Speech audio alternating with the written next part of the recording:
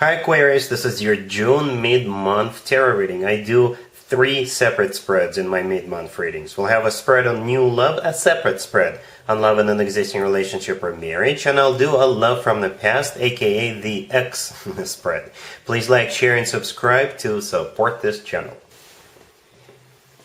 This first spread is on new love in the second half of June. We have the Six of Wands clarified by the Sun. We have the Knight of Cups. We have the Queen of Swords clarified by the Two of Cups. In the potential outcome, we have the King of Swords with the Ten of Pentacles and Temperance.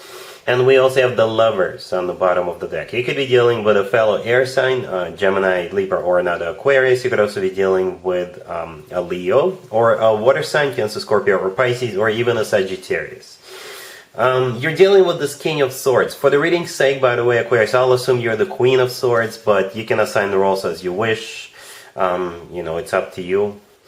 And to be honest with you, it took me a second to think about it. Something about this spread, something about this reading attracted me more than usual. The thing about this spread is that there is no fast-moving energies here whatsoever. I'm not saying it's going to be crawling at a snail's pace, and it feels like you guys are going to be moving at your own custom, so to speak, pace. It's like you're going to be so on the same page, you will even try to deliberately slow down time so you could cherish and enjoy this time together, enjoy this love together. That's what it feels like. It's deep. It's so deep. I don't usually go down this rabbit hole, but this time I did, and that's what it feels like. It's such a deep connection. It's like the two of you are even intertwined together, if that makes sense. Wow. We have 2 soulmate cards on the table. 2. Not 1, but 2.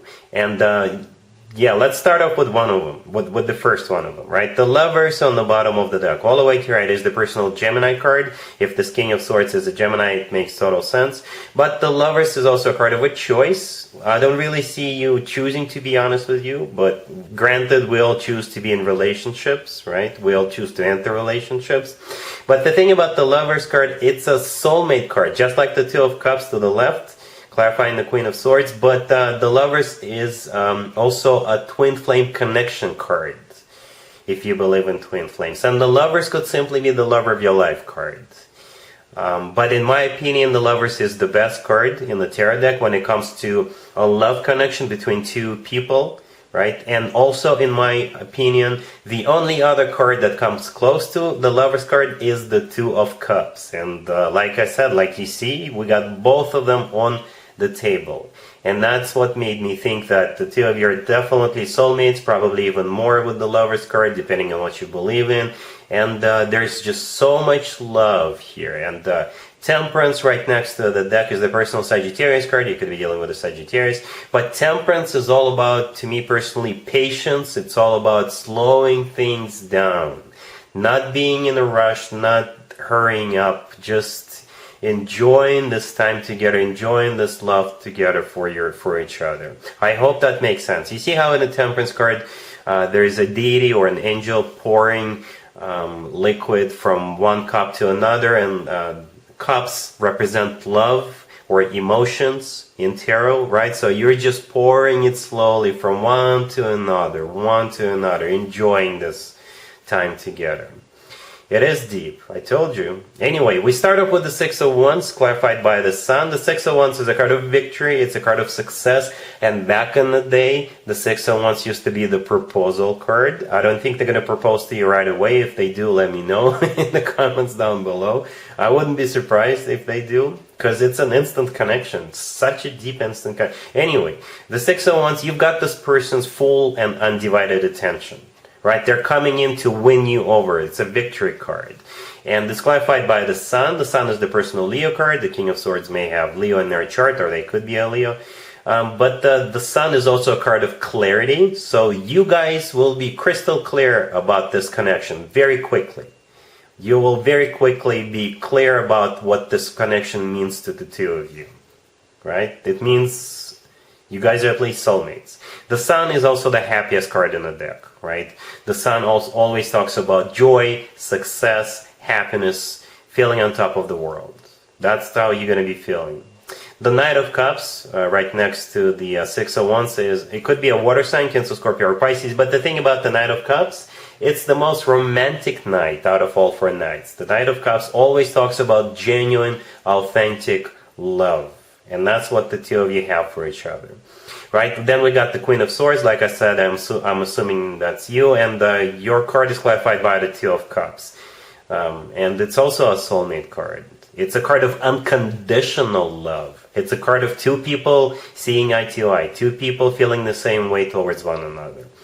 Right? Then the Ten of Pentacles in the middle of the potential outcome is a card of a commitment of marriage. It's a very solid one. And I really like how we have a lot of love, a lot of emotions here, but we have happiness here, we have success, but there is more than one commitment and marriage card in the tarot deck, and I really love the fact that the Ten of Pentacles came out. So on top of all the love, all the emotions, we have practicality and stability with that Ten of Pentacles. Because the Ten of Pentacles is a solid energy, right? Very long term, very committed type of energy. This is when people buy real estate together, they grow old together, have children together, and all that good stuff. So it's not only about gazing at the stars. It's not only about romantic feelings and exchange of romantic gestures. It's also about commitment, and a very solid, very practical commitment.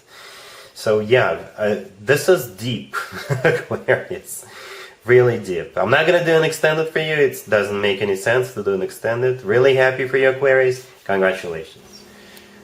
Aquarius, if you are already married or if you're in a relationship, the spread is for you. We have the Hangman clarified by the Three of Wands. We have the Chariot, we have the Eight of Wands, and we also have the Four of Pentacles on the bottom of the deck. Another zodiac sign had a very similar message.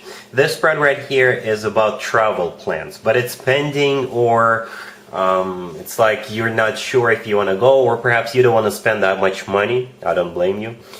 Perhaps you were waiting for a promotion, perhaps you signed up for Groupon, or you signed up to all those travel agencies and you've been waiting to hear from them for an email or something like that for some kind of a promotion, like I said, and now it finally comes and you're like, yeah, let's go. You're definitely going somewhere. But first we have the Hangman, right? And we also have the Four of Pentacles on the bottom of the deck. So those two cards are talking about the same thing. Stagnation, or you not willing to pay for a particular trip for that much. Again, I don't blame you. Or perhaps you just had a hard time deciding where you want to go. Right, but the good news is that you're going. If you're not going at the end of June, perhaps you will book a place. You'll pay for this trip at some point in the future. But we definitely have two moving forward cards: the Chariot and the Eight of Wands, right next to the deck, right there. Those two are the fastest cards in the deck. So you're definitely traveling, right? But first, you have to jump through a hoop or two. Right, and like I said, for some of you it's just circumstantial. For others of you, you're not sure where you want to go, and perhaps some of you don't want to pay that much money. Right, but things will start moving forward. Some of you could be purchasing a car. Right, the Chariot in the middle could be a vehicle, and perhaps you had a hard time deciding which vehicle you wanted to buy, or perhaps